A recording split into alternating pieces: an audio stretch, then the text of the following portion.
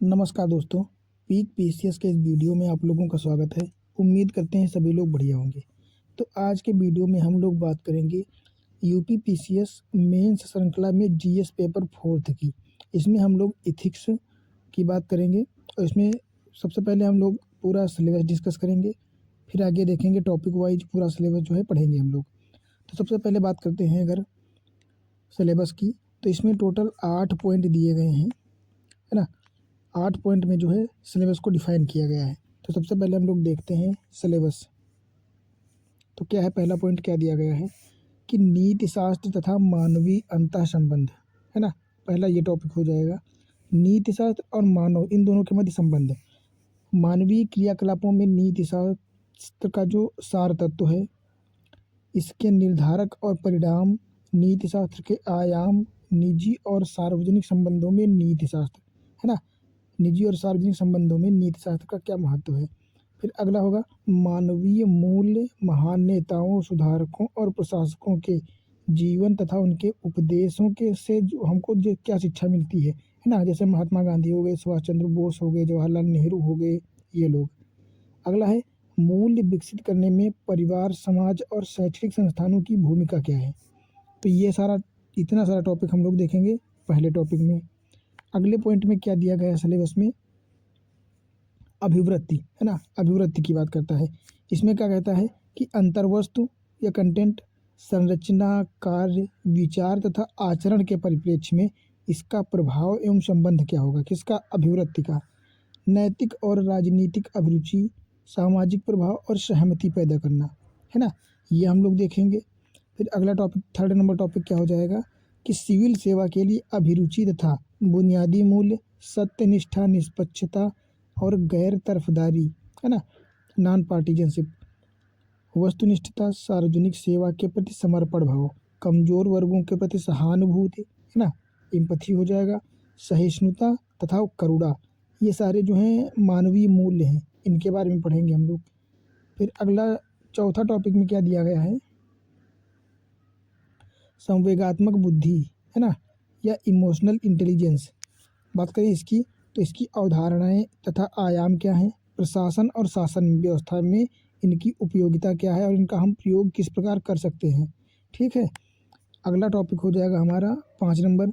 बात करें तो भारत तथा विश्व के नैतिक विचारकों तथा दार्शनिकों का योगदान, है ना। इसमें हम लोग देखेंगे जैसे अगर भारतीय दार्शनिकों की बात करें तो महात्मा गांधी हो जाएंगे, जवाहरलाल नेहरू हो जाएंगे, है ना, स्वामी विवेकानंद हो जाएंगे, सुभाष चंद्र बोस हो जाएंगे, दयानंद सरस्वती हो जाएंगे, ये सभी लोग हो जाएंगे।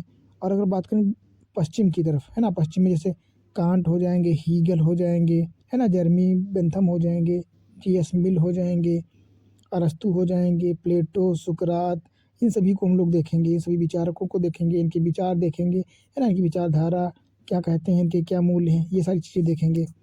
फिर अगला टॉपिक हो जाएगा अपना 6 नंबर, है ना, ये सिविल सेवा से संबंधित है।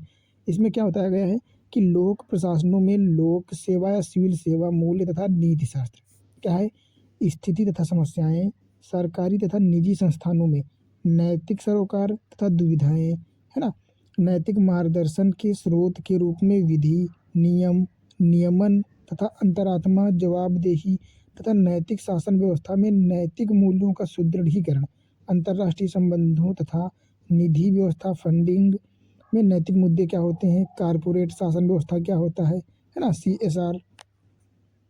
तो ये सारी चीज़ें हम लोग छठे टॉपिक में पढ़ेंगे। अगला टॉपिक क्या होगा अपना 7 नंबर, ये होगा शासन व्यवस्था, गवर्नेंस से संबंधित, है ना। तो शासन व्यवस्था में ईमानदारी क्या होती है, लोक सेवा की अवधारणा, शासन व्यवस्था तथा ईमानदारी का दार्शनिक आधार, सरकार में सूचना का आदान प्रदान और पारदर्शिता, सूचना का अधिकार, नीतिपरक आचार संहिता, है ना, इसमें हम लोग पढ़ेंगे। और हो जाएगा आचार संहिता, आचरण संहिता, नागरिक घोषणा पत्र, है ना, ये हम लोग गवर्नेंस में पढ़ भी चुके हैं, सिटीजन चार्टर, कार्य संस्कृति, सेवा प्रदान करने की गुणवत्ता, लोक निधि का उपयोग और भ्रष्टाचार की क्या चुनौतियां हैं, ये सारी चीज़ें हम लोग पढ़ेंगे 7 नंबर पॉइंट में। अगला क्या हो जाएगा, अगला आता है सबसे बड़ा टॉपिक, ये है उपयुक्त विषयों पर मामला संबंधी जो है अध्ययन क्या है, केस स्टडीज। यहाँ से अच्छे खासे क्वेश्चन भी आते हैं और ये केस स्टडी आप तभी सॉल्व कर पाओगे जब इसके ऊपर जो 7 टॉपिक्स दिए गए हैं ये सारे आप पढ़ोगे, इनके बारे में अच्छे से जानकारी होगी, तो ये अपने आप बहुत ही आसानी से हो जाते हैं केस स्टडी, है ना। केस स्टडी की बात करें तो इनको हम लोग जो प्रीवियस ईयर क्वेश्चंस आए हैं उनको देख के डायरेक्ट केस स्टडी वहीं से सॉल्व करेंगे और बताएंगे या बात करेंगे, हम लोग डिस्कस करेंगे कि कैसे क्या करना होता है। तो इस प्रकार जो है हम लोगों ने इसमें अपना पूरा सिलेबस देख लिया है हिंदी में, ठीक है। अगर इंग्लिश में देखना हो तो हम लोग इंग्लिश में भी सिलेबस देख सकते हैं, जैसा कि यहाँ पे दिखाया गया है। अपना इंग्लिश में सिलेबस हो जाएगा इथिक्स एंड ह्यूमन इंटरफेस, है ना, essence determinants and consequences of ethics in human action, है ना, dimensions of ethics, ethics in private and public relationship, human values, है ना। ये पहला टॉपिक हो जाएगा, दूसरा, तीसरा, ऐसे ही सारे टॉपिक दिए गए हैं। और ये लास्ट नंबर में केस स्टडी ऑन अबव जिसे लिखा गया है यहाँ पे केस स्टडी के बारे में देखेंगे, है ना। तो इस प्रकार जो है अपना सिलेबस टोटल हो जाएगा। इसके बाद हम पहले टॉपिक से स्टार्ट करेंगे। क्या होगा अपना पहला टॉपिक? नीति शास्त्र तथा मानवीय सहसंबंध, है ना।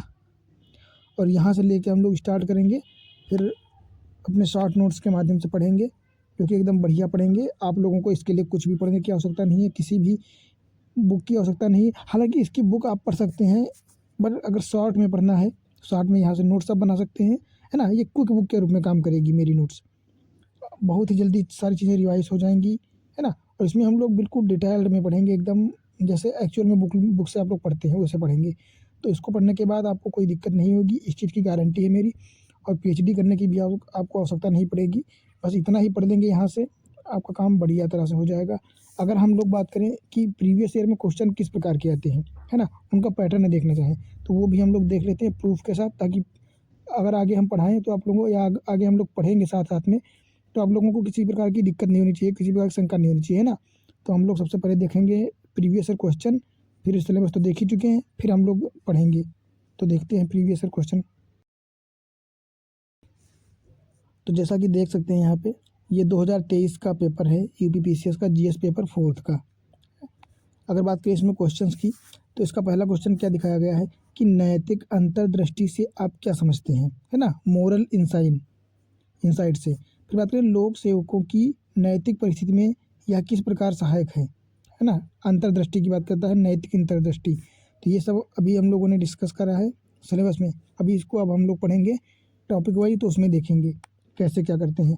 अगला क्या है कि सिविल सेवा के संदर्भ में निम्नलिखित की प्रासंगिकता का परीक्षण कीजिए, है ना। सेवा भाव क्या हो गया, दृढ़ विश्वास का साहस क्या हो गया, ये दोनों क्या है, ये सिविल सेवकों के मूल्य होते हैं, है ना। अगला क्वेश्चन क्या है कि बालक अपने चातुर्दिक जो देखता है उससे मूल्यों को सीखता, कथन के आलोक में मूल्यों के निर्माण में परिवार और समाज की भूमिका की विवेचना कीजिए। तो इसमें क्या कहता है कि बालक जो अपने चारों तरफ देखता है उससे बहुत सारी चीज़ें सीखता है, और इस प्रकार की चीज़ों को सीखने में परिवार और समाज की क्या भूमिका है। तो जाहिर सी बात है, परिवार समाज की भूमिका ये है कि परंपरा रूप से जो है हम लोग बचपन से ही अपने बच्चों को सिखाते हैं, क्या सिखाते हैं कि हमको कभी चोरी नहीं करनी चाहिए, है ना। बचपन से ही माँ बाप, परिवार, घर वाले, गाँव वाले, समाज वाले सिखाते हैं कि कभी हमको झूठ नहीं बोलना चाहिए, गलत नहीं बोलना चाहिए, किसी के साथ गलत व्यवहार नहीं करना चाहिए, है ना, किसी के साथ जो है चातुर्यता नहीं करनी चाहिए। ये सब क्या है, ये सब परिवार और समाज के द्वारा दी जाने वाले मूल्य हैं, उनके द्वारा सिखाई जाने वाली अच्छी चीज़ें हैं, है ना। तो ये हम लोग देखेंगे। अगला क्या हो जाएगा अपना क्वेश्चन कि वैश्वीकरण के युग में राष्ट्रों के मध्य शांति और स्थिरता सुनिश्चित करने के लिए अंतर्राष्ट्रीय नीति शास्त्र समय की मांग है, आलोचनात्मक व्याख्या कीजिए। तो यहाँ पे हम लोग सही और गलत दोनों परसेप्शंस को रख के देखेंगे, है ना। अगला क्वेश्चन क्या होगा कि सूचना का छिपाव सार्वजनिक पहुंच और भागीदारी को बाधित करता है, सरकार में सूचना साझा करने और पारदर्शिता के महत्व के बारे में बात करने की बात करता है ये, है ना। इनके कहने का मतलब है कि अगर जनता से या अन्य लोगों से सूचना को छिपाया जा रहा है तो जाहिर सी बात है ये बाधा कर रहा है, क्या भाग वहाँ पे अवसर पाने में और किसी भी सेवा में पहुँचने के लिए बाधित करता है हमारा रास्ते को, है ना, जाहिर सी बात है। इसीलिए तो राइट टू इन्फॉर्मेशन लाया भी गया 2005 में। अगला हो जाएगा अभिवृत्ति, विभिन्न जो है अभिवृत्ति के विभिन्न अवयवों का वर्णन कीजिए तथा अभिवृत्ति निर्माण को प्रभावित करने वाले कारक कौन से हैं, है ना। जो एटीट्यूड है हमारी अभिवृत्ति, ये जो है इसके लिए कौन कौन से ऐसे अवयव हैं जो इसके निर्माण में जो है सहायक हैं और इसको प्रभावित किस प्रकार करते हैं, कौन कौन से कारक प्रभावित करते हैं। तो ये भी हम लोग देखेंगे अपने उसमें सिलेबस में। फिर क्या कहता है किन्हीं दो महत्वपूर्ण गुणों की विवेचना कीजिए जिन्हें आप लोक सेवक के लिए महत्वपूर्ण मानते हैं? तर्कसंगत सहित व्याख्या कीजिए। मतलब इनके कहने का मतलब है कोई ऐसे 2 विशेषताएँ, 2 मूल्य बताओ जो लोक सेवक के लिए आवश्यक हैं। तो इसके लिए हम लोग लिख सकते हैं दृढ़ संकल्प हो, दृढ़ संकल्पित होना, है ना? एक लोक सेवक के लिए ये बहुत ज़रूरी है कि वो अपनी सेवा जो प्रदान कर रहा है जनता को, उसके लिए दृढ़ संकल्पित होना चाहिए, दक्ष होना चाहिए, साथ में क्या होना चाहिए, इंटीग्रिटी होनी चाहिए उसके अंदर उस कार्य के प्रति सत्यनिष्ठा होनी चाहिए। किसी प्रकार की लालफीताशाही, भ्रष्टाचार इस प्रकार की विशेषताएँ जो हैं वो नहीं होनी चाहिए, है ना? तो ये हम लिख सकते हैं। अगला क्या हो जाएगा अपना 8 नंबर प्रश्न कि सिविल सेवकों के बीच उदारता और वस्तुनिष्ठता को कैसे बढ़ावा दिया जा सकता है ना? ये लो सिविल सेवकों को स्किल प्रदान करने के बारे में बात कर रहा है। अगला क्वेश्चन है सुशासन और प्रशासन के लिए इमोशनल इंटेलिजेंस, है ना? संवेगात्मक बुद्धि की भूमिका की व्याख्या कीजिए। तो ये पूरा टॉपिक ही है अपने में जो हम बहुत बढ़िया तरीके से देखेंगे। अगला क्वेश्चन देखें तो लोक प्रशासन में सामाजिक प्रभाव की क्या भूमिका है? उदाहरण सहित बताइए, है ना? लोक प्रशासन जो है तो इसमें सामाजिक प्रभाव, सोशल इन्फ्लुएंस का क्या प्रभाव है? बहुत सारा प्रभाव पड़ता है। किस किस क्षेत्र में किस किस प्रकार का प्रभाव पड़ता है? तो ये सारी चीज़ें हम लोग देखेंगे अपने सिलेबस में जब टॉपिक डिस्कस करेंगे। अब आ जाता है सेक्शन बी।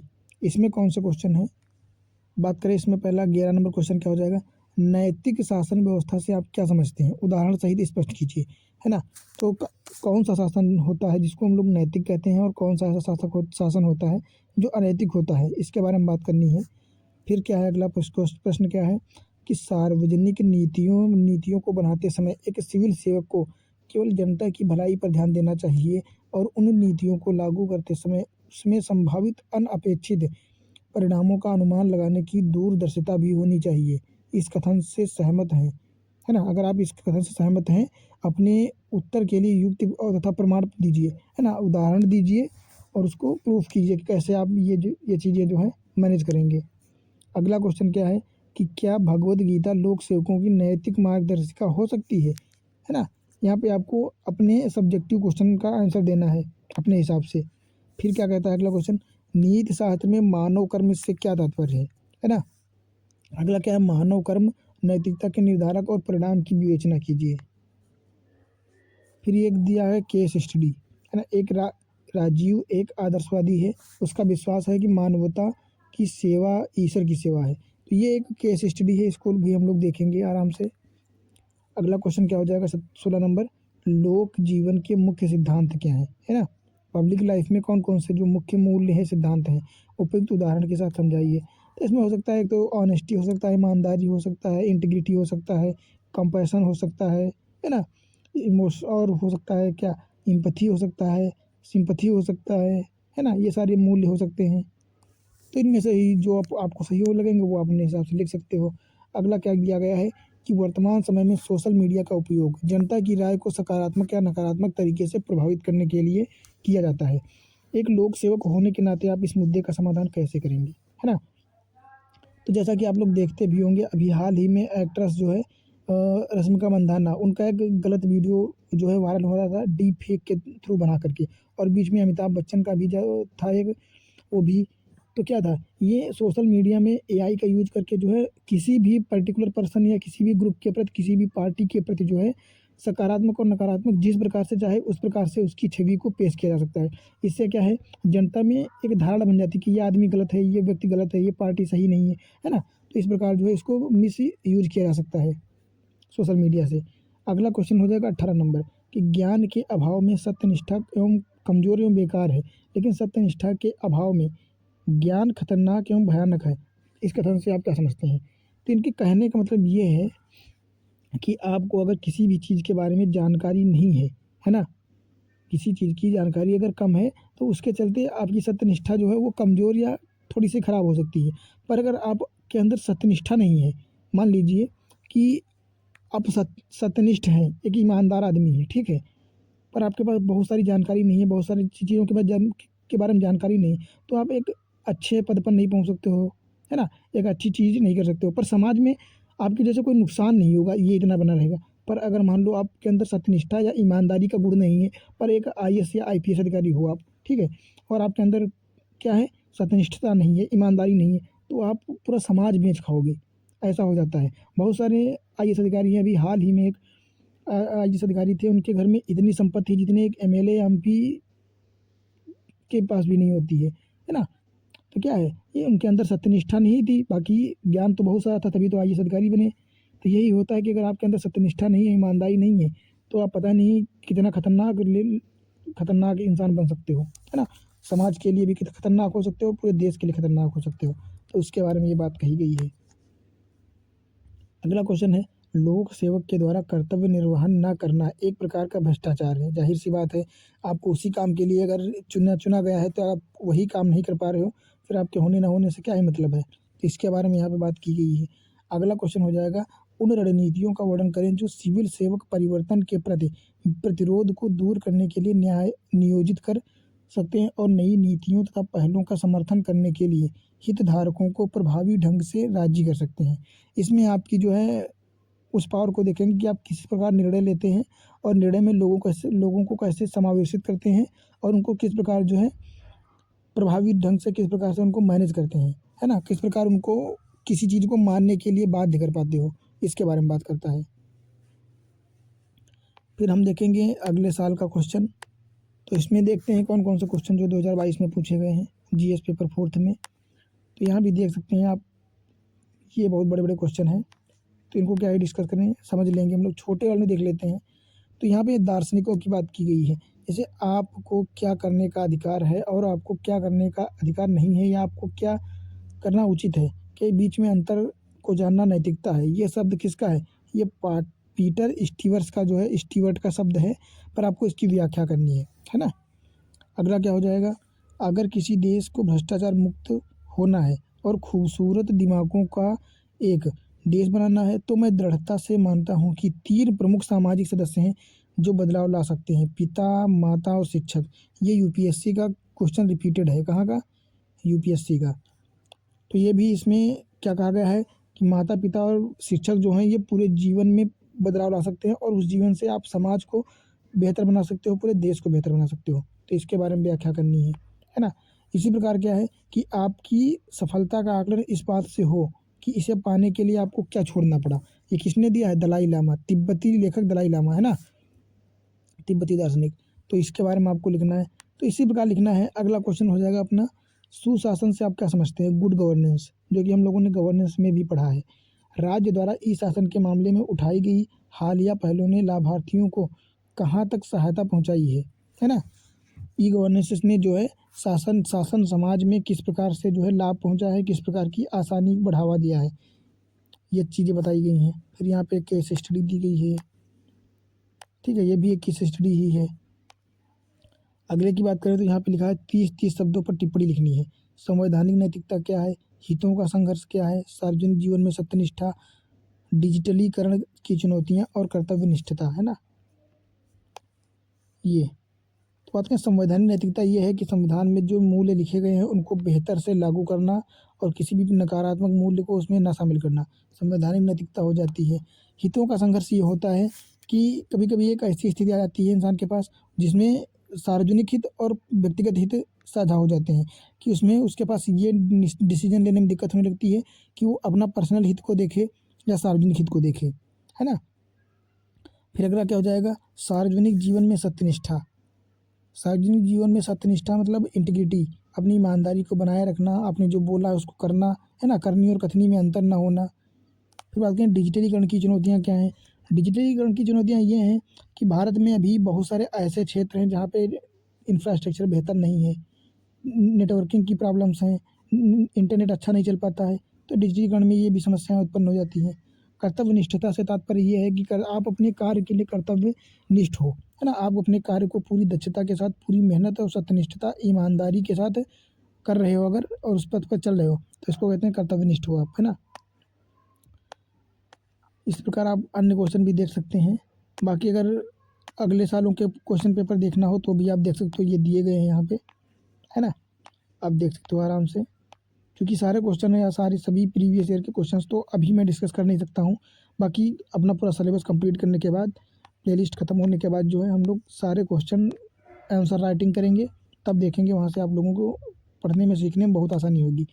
मैं आपसे इस चीज़ की गारंटी दे सकता हूँ कि ये सीरीज़ कंप्लीट होने के बाद आपको ये देखना नहीं पड़ेगा कि एथिक्स के लिए हमको क्या पढ़ना चाहिए, कहाँ से पढ़ना चाहिए, कहाँ से सोर्स ढूँढे, कुछ नहीं करना पड़ेगा।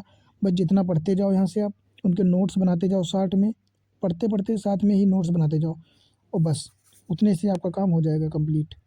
फिर आप देखेंगे सारे क्वेश्चन वहाँ से आप मैनेज कर पाएंगे। जैसे कि ये क्वेश्चन हो गया, ये है ना, ये सारे क्वेश्चन बहुत ही आसानी से हो जाएंगे। ये क्वेश्चन देख सकते हैं कि फिर से रिपीटेड हुआ है। क्या कहता है कि मूल्यों को बनाने में या मूल्य सृजित करने में परिवार, समाज और शिक्षण संस्थानों की क्या भूमिका होती है। तो ये तो समझते ही हैं कि आपके अंदर जो सत्यनिष्ठता, ईमानदारी, सत्य, झूठ बोलने की प्रवृत्ति ना होना, ये सब कहाँ से आए हैं? अपने परिवार से, माता पिता से, स्कूल से और आसपास के गाँव से, है ना, क्षेत्र से। तो इस प्रकार जो है ये सारे क्वेश्चन हो जाएंगे। ये ईमानदारी हो गया, आचार संहिता, code of ethics and code of conduct, है ना। तो आप देख सकते हैं यहाँ पे कांट, कांट का कर्तव्य के लिए कर्तव्य, ये सारी चीज़ें हैं। ये आप लोग आसानी से कर पाओगे पूरी प्ले लिस्ट ख़त्म करने के बाद, पूरा सिलेबस डिस्कस करने के बाद। तो उम्मीद करता हूँ कि ये तो आप लोगों ने देख लिया होगा और भरोसा भी हो गया होगा मेरी बातों पे। बाकी इसके पहले हम लोगों ने जो है इंडियन सोसाइटी ख़त्म करी है ना, इंडियन सोसाइटी। और इसके बाद हम लोगों ने देखा था गवर्नेंस। अब हम लोग देखेंगे एथिक्स, है ना। एथिक्स को भी बेहतर तरीके से पढ़ेंगे, एकदम बढ़िया। और इसको पढ़ने के बाद मुझे लगता है कि आप लोगों को बहुत ही अच्छा लगेगा। बाकी मिलते हैं अगली वीडियो में, जिसमें हम लोग जो है डिस्कस करेंगे अपने पहले चैप्टर से, है ना। तो बस आप लोगों से एक ही रिक्वेस्ट है कि कमेंट ज़रूर कीजिएगा, और अगर वीडियो अच्छी लगे लाइक कीजिए, लाइक कर दीजिए, और चैनल को सब्सक्राइब कीजिए, ताकि आगे आने वाली नई वीडियोज़ जो है आपको मिलती रहें टाइम टू टाइम, है ना। और शेयर भी करते रहिए ताकि अन्य लोगों को भी प्राप्त हो सके मटेरियल कंटेंट यहाँ से। और मिलते हैं फिर अगली वीडियो में। आप लोगों का बहुत बहुत धन्यवाद।